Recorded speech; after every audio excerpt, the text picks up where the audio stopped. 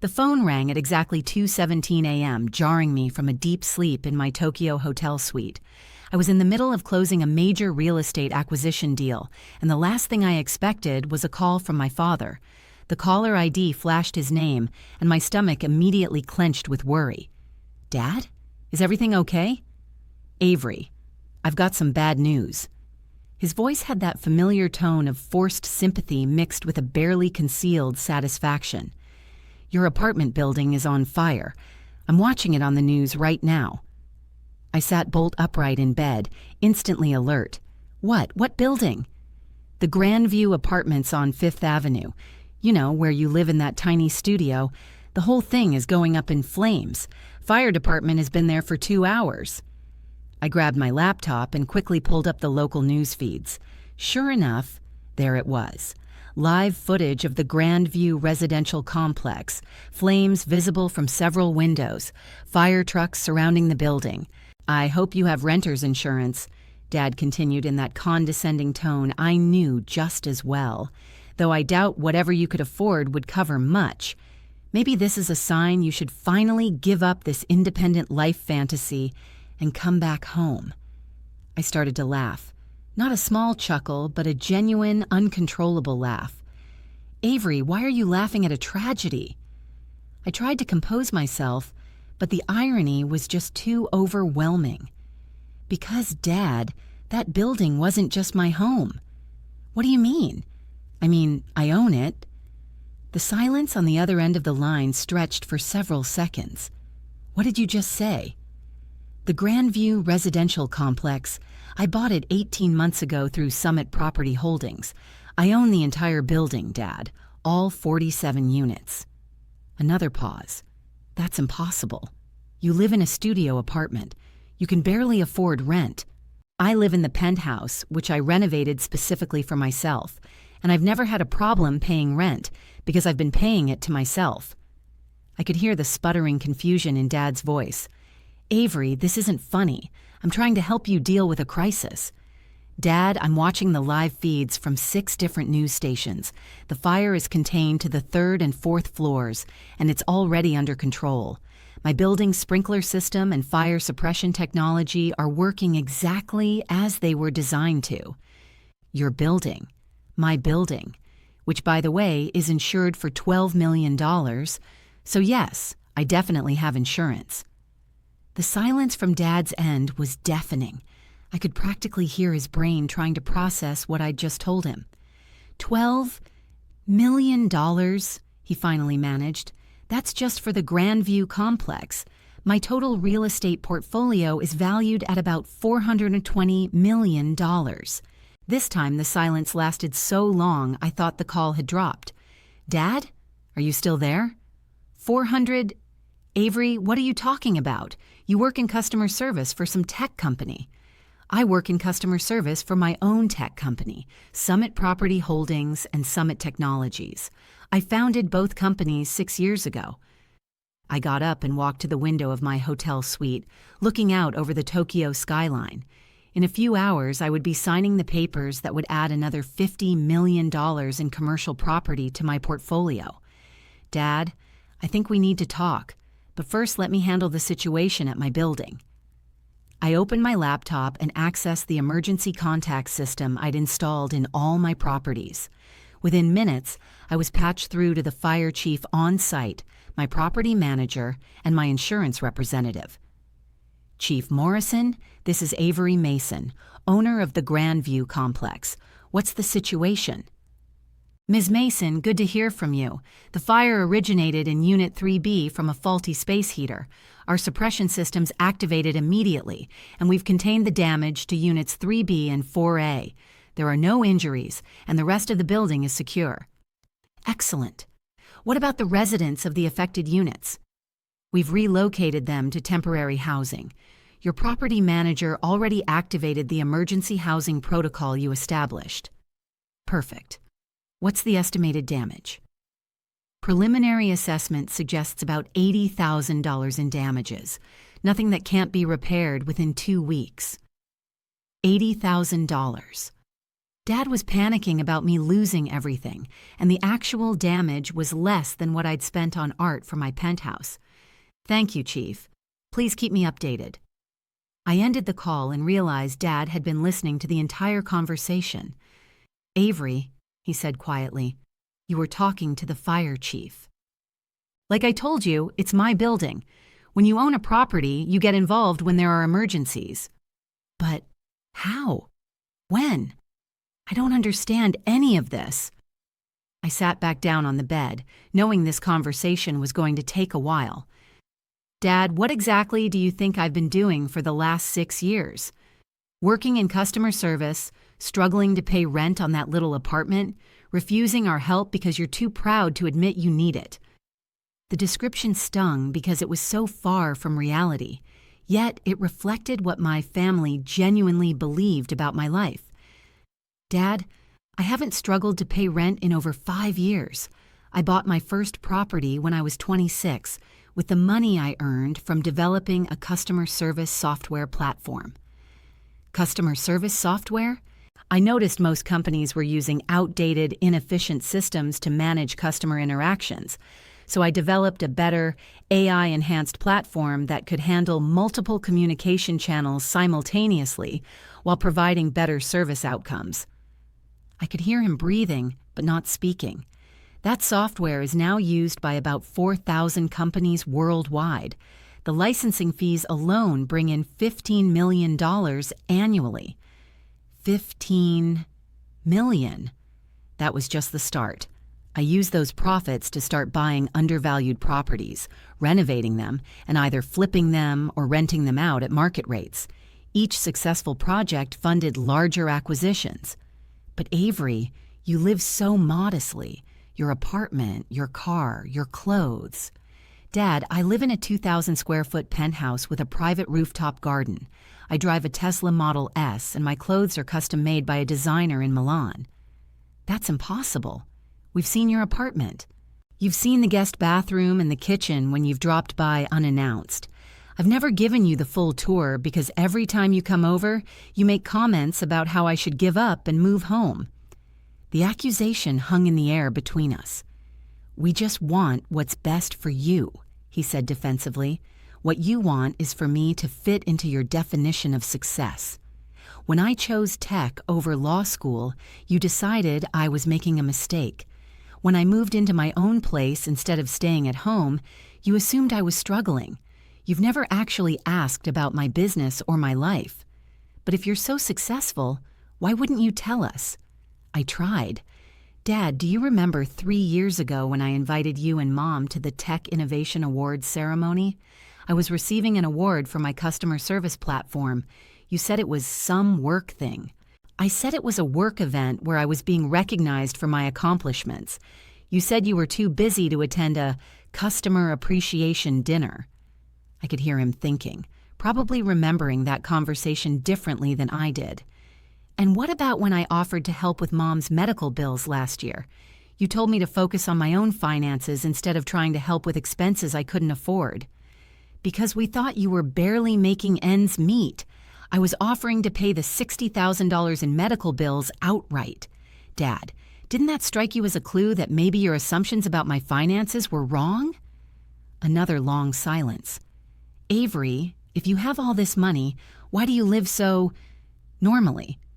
Because I learned from watching you and Mom that flashy displays of wealth often mask financial insecurity. I'd rather invest in assets that appreciate than liabilities that impress people. My phone buzzed with a text from my property manager. Fire completely extinguished. Minimal damage. All residents safely relocated. Building will be fully operational by Monday. Dad, I need to ask you something. When you called to tell me about the fire, you sounded almost pleased. Why? I wasn't pleased about the fire, Avery. I was worried about you. But you immediately jumped to telling me this was a sign I should give up and come home. That doesn't sound like concern. That sounds like you were hoping I would fail. That's not... I just think you've been struggling for so long, and maybe this would be the push you needed to accept help. Dad, I haven't needed help in years, but you've been so convinced I'm failing that you can't see my success. I pulled up my portfolio on my laptop, taking screenshots of key properties and financial summaries. I'm going to email you some information: property deeds, business registration documents, financial statements. I want you to understand what I've actually built. Avery, you don't need to prove anything to me. Yes, I do, because until you understand what my life is really like, we can't have an honest relationship. I sent the files and waited as he presumably opened them on his end. Oh my God, he whispered. Avery, these numbers are real. They're real. Summit Property Holdings owns 43 residential and commercial properties across 4 states. Summit Technologies holds 12 software patents and licensing agreements with Fortune 500 companies. But how did you do all this without us knowing? You weren't paying attention. Every time I tried to share my success, you changed the subject or minimized it. Eventually, I just stopped trying. My hotel room phone rang. It was the front desk informing me my car would be ready in 30 minutes for my meetings with the Tokyo real estate development firm. Dad, I have to go. I'm in Tokyo closing a deal that will add another $50 million to my portfolio. You're in Tokyo? How long have you been traveling for business? About 3 years regularly. This is my 4th trip to Asia this year. We thought you couldn't afford to travel. I take 6 to 8 international business trips a year. I just stopped telling you about them because you always responded with concerns about me spending money I supposedly didn't have. I could hear muffled voices in the background on Dad's end. Is that Mom? I asked. She woke up when I was watching the news. She's going to want to talk to you. I'm putting you on speaker. Avery, honey, Mom's voice came through, thick with sleep and confusion. Your father has been telling me the strangest things about buildings and businesses. Hi, Mom. Dad's telling you the truth. I own the building that was on fire tonight, along with 42 other properties. But honey, that doesn't make any sense. You work in customer service. I own a customer service technology company that serves 4,000 businesses worldwide. 4,000? Mom, remember when you were worried about my health insurance last year? I wasn't unemployed. I have premium medical coverage through my companies, plus additional international travel coverage. But you said you were in between jobs. I said I was transitioning between projects.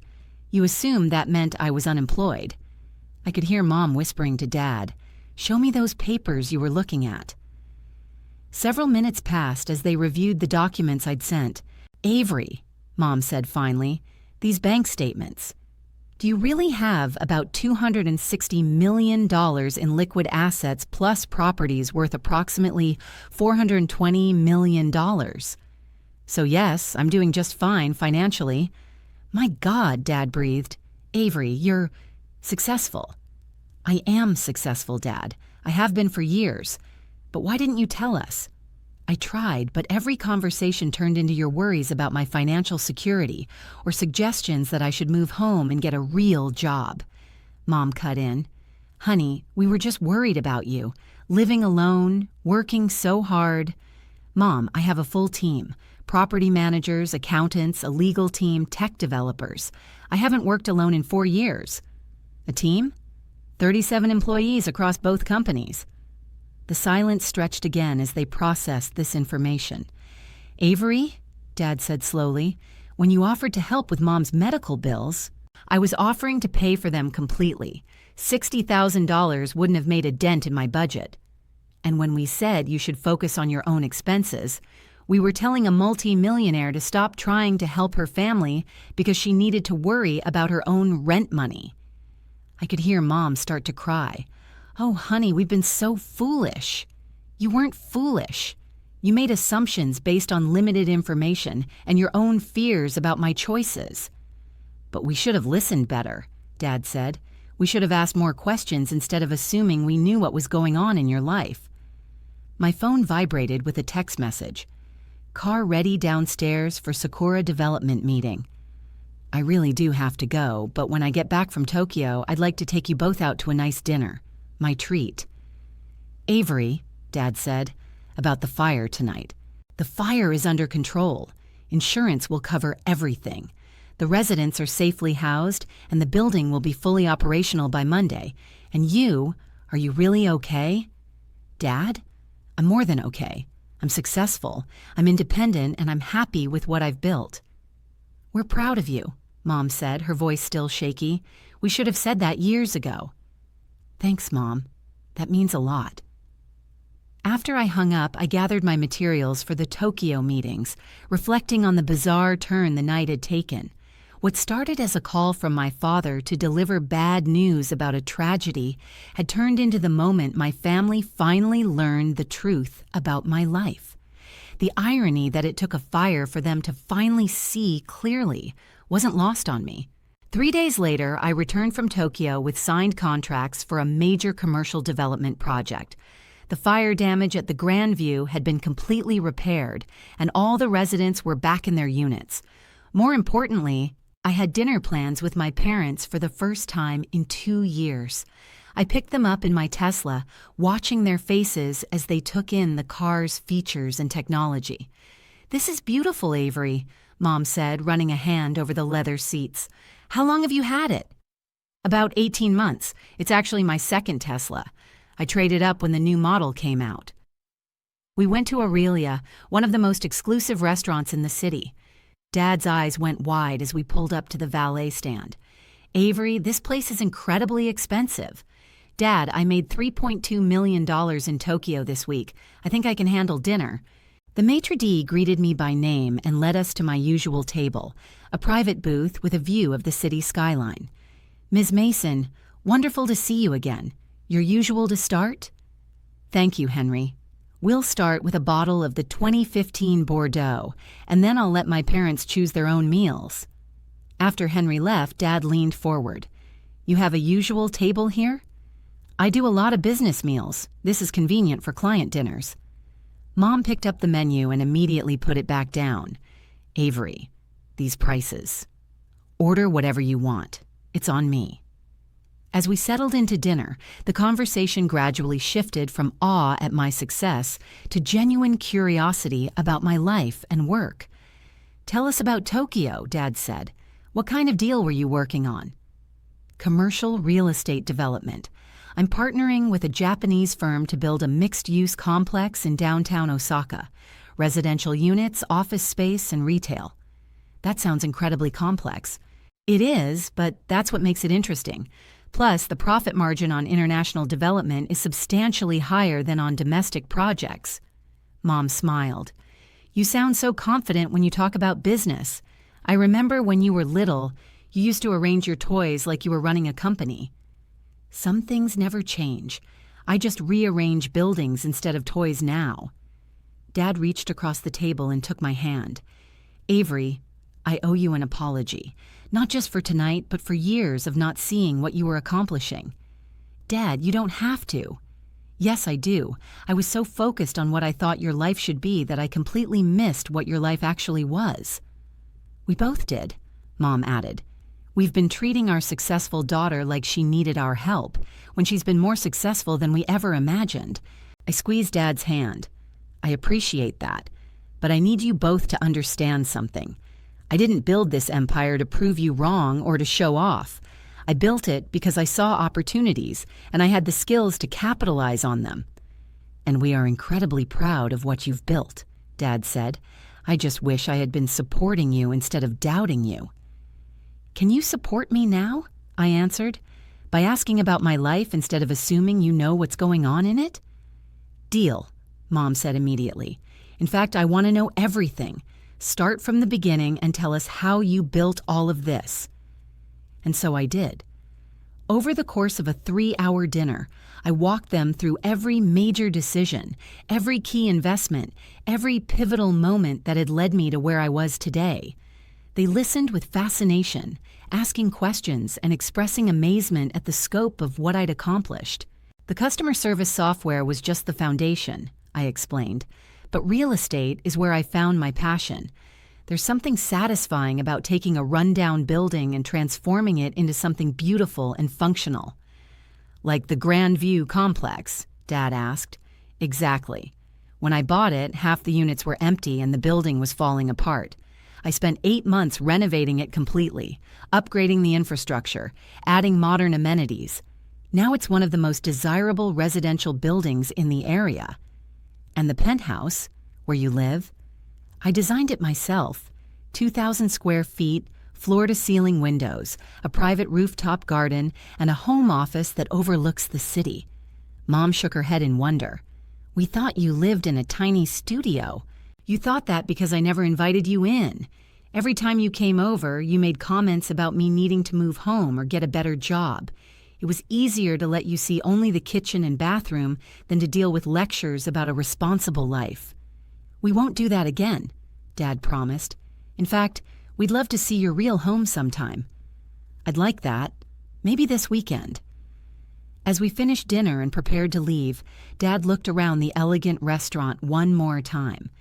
Avery, can I ask you something personal? Of course. Are you happy? With all this success, all these businesses, are you fulfilled? I considered the question carefully. I am. I love what I do. I'm proud of what I've built, and I'm excited about future projects. The only thing that's been missing is being able to share it with family. Well, that changes now, Mom said firmly. We want to be a part of your life, your real life. I would like that very much. As I drove them home, Dad spoke from the passenger seat. Avery, about that phone call with the fire. What about it? I realize now that I was calling to deliver bad news to someone I thought couldn't handle bad news. But you handled it like a CEO managing a minor business inconvenience, because that's exactly what it was. I'm proud of who you've become, he said quietly, and I'm sorry it took a fire for me to finally see it. Dad, sometimes it takes a crisis to illuminate the truth, but what matters is that we're finally seeing each other clearly now. A week later, I gave my parents the full tour of the penthouse at the Grandview, my office building, and 3 of my other residential properties. They met my property managers, my chief technology officer, and my head of acquisitions. Your daughter, my CTO told them, is one of the most innovative minds in tech and real estate. We're lucky to work for her. Dad beamed with pride. We're just starting to understand how lucky we are to be her parents. That evening, as we sat on my rooftop garden watching the sunset over the city, Mom asked one last question. Avery, what's next? What's your next big goal? I smiled, looking out at the skyline where several of my buildings were visible in the distance. International expansion. I'm looking at opportunities in London, Sydney, and Singapore. The goal is for Summit Holdings to be operating on 4 continents within 5 years. That sounds incredible, Dad said, and this time we want to hear about every step of the journey. I'd like that, I replied. It's a lot better when you have your family cheering you on instead of worrying about you. Sometimes it takes a fire to light the way to the truth. In my case, it lit the way to a better relationship with the people who matter most.